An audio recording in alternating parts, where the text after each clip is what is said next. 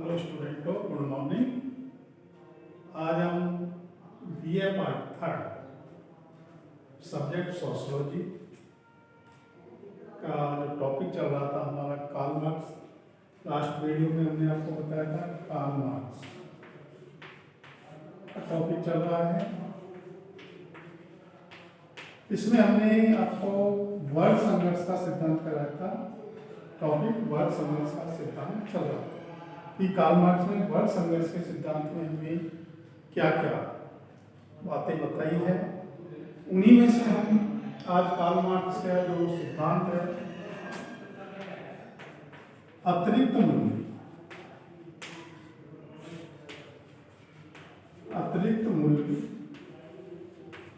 का सिद्धांत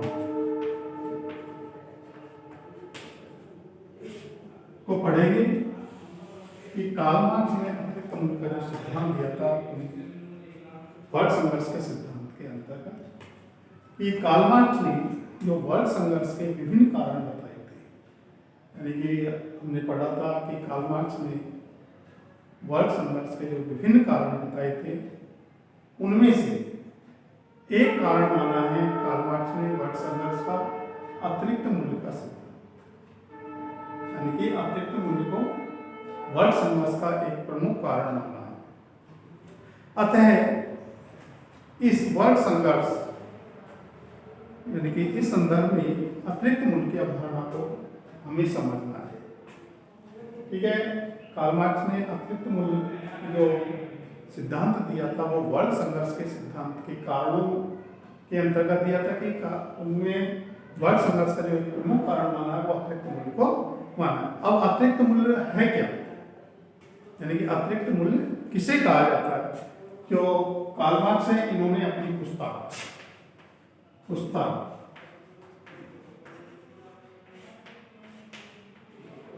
Das Kapital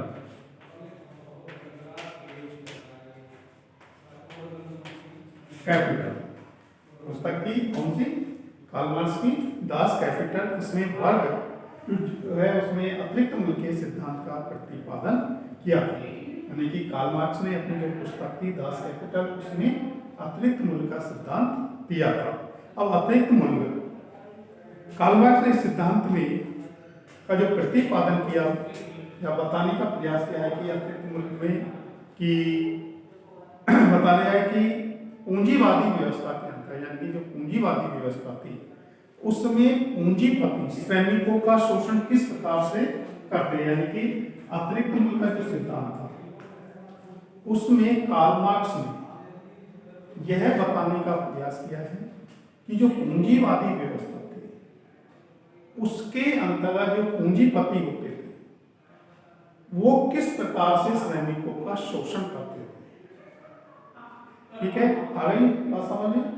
जो कार्ल मार्क्स है उसने जो अतिरिक्त मूल्य का सिद्धांत दिया था अपनी पुस्तक दास कैपिटल के अंतर्गत, उसमें यह बताने का प्रयास किया है कि जो पूंजीवादी व्यवस्था होती है उसमें जो पूंजीपति वर्ग होता है वो श्रमिकों का शोषण किस प्रकार से करते हैं। ठीक है, हमने आपको बताया था कि पूंजीवादी व्यवस्था के अंतर्गत दो वर्ग थे। कौन सा? पूंजीपति और दूसरा श्रमिक। इसको हम बुर्जुआ वर्ग भी कहते हैं और इसे सर्वहारा वर्ग। ठीक है, तो जो कार्ल मार्क्स है उसने अपनी जो पुस्तक है दास कैपिटल उसमें अतिरिक्त मूल्य का सिद्धांत दिया था, जिसमें यह बताने का प्रयास किया गया है कि इसमें दो वर्ग थे पूंजीवादी व्यवस्था में, पूंजीपति या बुर्जुआ वर्ग, दूसरा श्रमिक वर्ग या सर्वहारा वर्ग। अब इसमें यह बताने का प्रयास करें जो पूंजीवादी वर्ग, कौन सा? पूंजीवादी वर्ग, इस श्रमिक वर्ग का शोषण पूंजीवादी व्यवस्था में किस प्रकार से करता है। ठीक है, तो अतिरिक्त मूल्य के सिद्धांत में जो पूंजीवादी व्यवस्था है वो पूंजीपति वर्ग श्रमिकों का शोषण किस प्रकार से करते हैं। इस सिद्धांत के द्वारा कार्ल मार्क्स यह प्रकट करना चाहते हैं कि पूंजीपति जो होते हैं वो श्रमिकों को उचित पारिश्रमिक नहीं देते, यानी कि जो सिद्धांत है इसमें कार्ल मार्क्स यह प्रतिपादित करना चाहते हैं कि जो पूंजीपति है वो श्रमिक जो होता है, श्रमिक वर्ग जो होता है, उसे अपने श्रम का उचित पारितोषिक नहीं करते हैं, यानी कि उनके श्रम का उचित मूल्य नहीं देते हैं। ठीक है, कार्ल मार्क्स ने इस सिद्धांत में यह प्रकट किया है कि जो पूंजीपति है वो श्रमिकों को उचित पारिश्रमिक नहीं देते हैं। वे श्रमिकों के श्रम का, यानी जो श्रमिक होते हैं, जो श्रमिक वर्ग होते हैं, उनके श्रम का मनमाना मूल्य लगाकर, यानी कि जो श्रमिक वर्ग होते हैं उनके श्रम का मनमाना मूल्य लगाकर उनका शोषण करते हैं। यानी कि जो पूंजीपति वर्ग होता है, जो श्रमिक होते हैं, उनके श्रम का मनमाना मूल्य लगाते हैं, यानी कि अपने हिसाब से उनको उनके श्रम का मूल्य देते हैं और स्वयं विलासितापूर्ण जीवन व्यतीत करते हैं। क्या है, जो इस सिद्धांत में कार्ल मार्क्स ने यह प्रकट किया कि जो पूंजीपति है वो श्रमिकों को उचित पारिश्रमिक नहीं देते और वे श्रमिकों के श्रम का मनमाना मूल्य लगाकर उनका शोषण करते हैं, यानी कि जो श्रमिक होते हैं उनके जो श्रम होती है उसका वे मनमाना मूल्य लगाते हैं और उनका शोषण करते हैं। किनका? उन श्रमिकों का, सर्वहारा वर्ग का। और स्वयं जो पूंजीपति है वो विलासितापूर्ण जीवन व्यतीत करते हैं। क्या करते हैं? विलासितापूर्ण ऐशो आराम की जिंदगी जीते। श्रमिकों को तो उनके श्रम का मनमाना मूल्य देते हैं, कम मूल्य देते हैं, लेकिन और उनका शोषण करते हैं, और लेकिन पूंजीपति जो वर्ग होते हैं वो अपना जीवन यापन जो करते हैं विलासितापूर्ण जीवन यापन करते हैं। लेकिन श्रमिक वर्ग अपनी मूलभूत आवश्यकताओं को भी ठीक प्रकार से प्राप्त नहीं कर सकता है।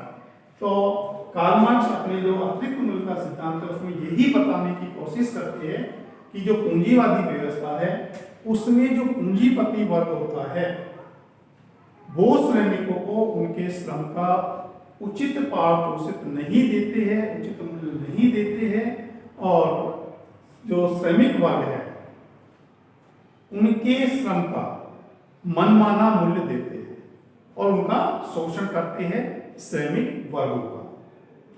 ठीक है, और वे अपना विलासितापूर्ण जीवन जीते हैं।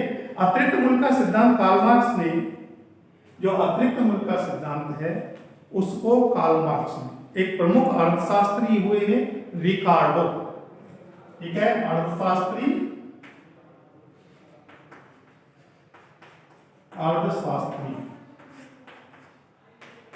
रिकार्डो से ग्रहण किया है। यानी कि कार्ल मार्क्स ने जो अतिरिक्त मूल्य का सिद्धांत है वो एक प्रमुख समाजशास्त्री हुए रिकार्डो, उनसे ये अतिरिक्त मूल्य का सिद्धांत इन्होंने ग्रहण किया है या दिया है। तो अतिरिक्त मूल्य का सिद्धांत कार्ल मार्क्स ने किससे लिया था? रिकार्डो से। अर्थशास्त्री जो थे रिकार्डो, उनसे अतिरिक्त मूल्य का सिद्धांत इन्होंने लिया था। श्रम सिद्धांत, अब आप देखो कि यहाँ अतिरिक्त मूल्य का सिद्धांत कार्ल मार्क्स ने जो प्रमुख अर्थशास्त्री है रिकार्डो, उनसे ग्रहण किया था। इन्होंने एक सिद्धांत दिया था, श्रम सिद्धांत, श्रम का सिद्धांत। कौन सा सिद्धांत दिया था रिकार्डो ने? श्रम सिद्धांत। श्रम सिद्धांत यह है कि किसी वस्तु का विनिमय में उसके उत्पादन में, यानी कि कोई भी वस्तु है उसका जो विनिमय मूल्य होता है वो उत्पादन में लगाए गए श्रम पर निर्भर करता है। ठीक है, कोई भी वस्तु होती है उसका जो विनिमय मूल्य है, यानी कि वस्तु का विनिमय मूल्य, वस्तु का विनिमय मूल्य जो था वो किस पर निर्भर करता था? उत्पादन में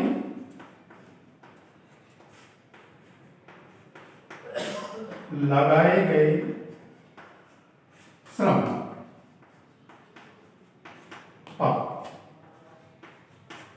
ठीक है। कोई भी वस्तु है उसका जो वस्तु का विनिमय मूल्य है वो उत्पादन में लगाए गए श्रम की मात्रा पर निर्भर करता है। यानी कि किसी वस्तु का जो विनिमय मूल्य होता है वो उस वस्तु के उत्पादन में जो श्रम लगाया गया है उस पर निर्भर करता है। यानी कि उत्पादन में, किसी वस्तु के उत्पादन में कितना श्रम लगा है उस पर निर्भर करता है वस्तु का विनिमय मूल्य। अतिरिक्त मूल्य के सिद्धांत, ठीक है। तो अर्थशास्त्री हुए रिकार्डो, उनसे कार्ल मार्क्स ने अतिरिक्त मूल्य का सिद्धांत ग्रहण किया था और इन्होंने जो सिद्धांत दिया था श्रम सिद्धांत, उसके अंतर्गत उन्होंने बताया कि किसी वस्तु का जो विनिमय मूल्य होता है यानी कि बाजार का जो मूल्य होता है वो वस्तु के उत्पादन में लगाए गए श्रम पर निर्भर करता है। यानी कि वस्तु का उत्पादन में कितना मानव श्रम लगा है उस पर निर्भर करता है वस्तु का विनिमय मूल्य। अब कार्ल मार्क्स ने है, उन्होंने अपने अतिरिक्त मूल्य के जो सिद्धांत है, यानी कि कार्ल मार्क्स है, इन्होंने अपने जो अतिरिक्त मूल्य का सिद्धांत है उसमें अतिरिक्त मूल्य के निम्न पक्ष बताए हैं। यानी कि इन्होंने अतिरिक्त मूल्य के प्रमुख निम्न पक्ष बताए। पहला पक्ष है इन्होंने बताया मूल्य, यानी कि मूल्य किसे कहते हैं। ठीक है। अतिरिक्त मूल्य के सिद्धांत के अंतर्गत जो कार्ल मार्क्स है उन्होंने इसके कुछ पक्ष रखे हैं जिनमें सबसे पहला है मूल्य का अर्थ। यानी कि मूल्य का क्या अर्थ होता है, मूल्य का अर्थ। ठीक है। तो साधारणतः मूल्य शब्द के, साधारण अर्थों में मूल्य शब्द के दो अर्थ लगाए जाते हैं। क्या अर्थ लगाए जाते हैं? मूल्य के दो अर्थ लगाए जाते हैं। पहला उपयोगी मूल्य और दूसरा विनिमय मूल्य। ठीक है। साधारण अर्थ में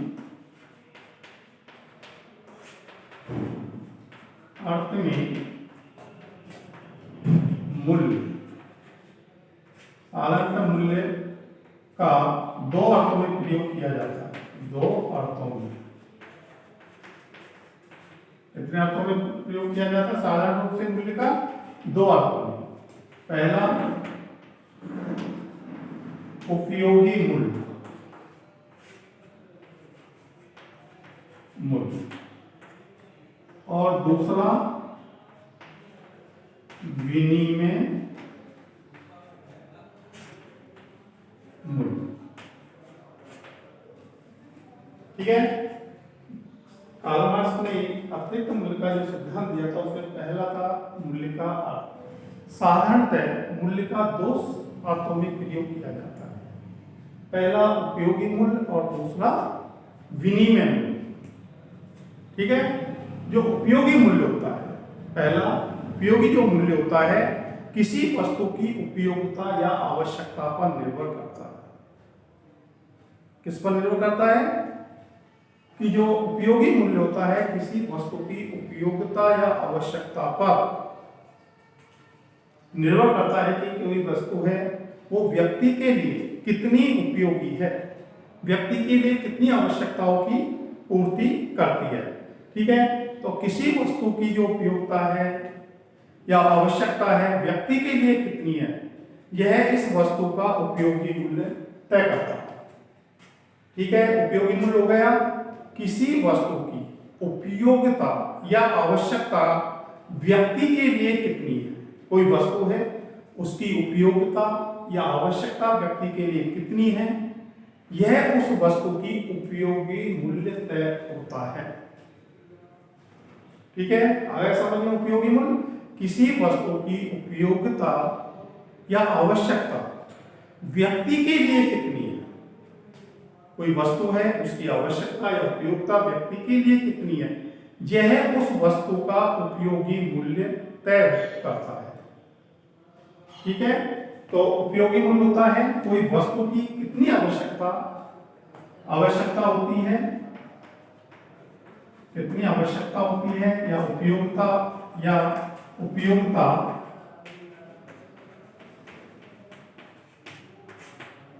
कितनी किस बात पर निर्भर करता है? उपयोगी मूल्य। जैसे उदाहरण के लिए एक प्यासे व्यक्ति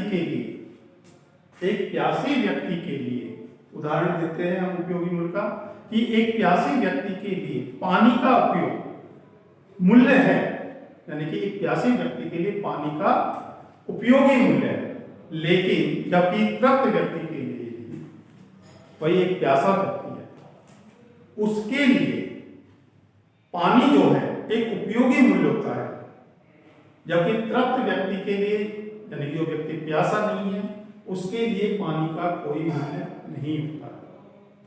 ठीक है, जहां पानी नहीं होता है वहां पानी के उपयोगी मूल्य होता है, यानी कि एक प्यासे व्यक्ति को अगर पानी मिल जाता है तो वो उसके लिए कैसा मूल्य होगा? उपयोगी मूल्य होगा।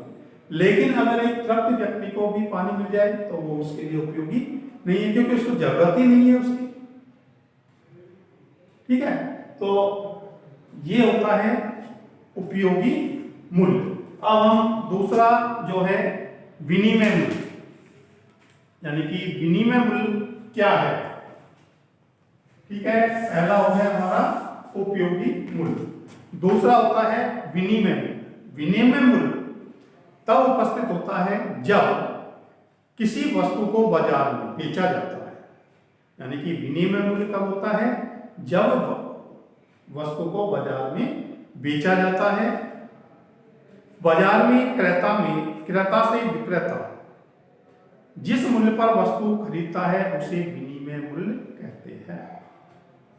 ठीक है, तो ये अतिरिक्त मूल्य के सिद्धांत के अंतर्गत कार्ल मार्क्स ने मूल्य का अर्थ जो बताया था वो साधारणतः दो अर्थ बताए थे, उपयोगी मूल्य और विनिमय मूल्य।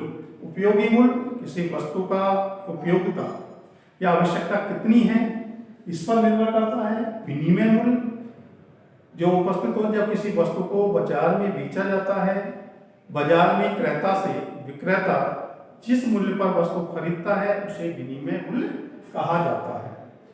ठीक है, तो ये टॉपिक हमारा अतिरिक्त मूल्य के जो सिद्धांत है उसमें पहला टॉपिक था वो मूल्य का अर्थ बताया है कार्ल मार्क्स ने। बाकी के टॉपिक हम कल करेंगे।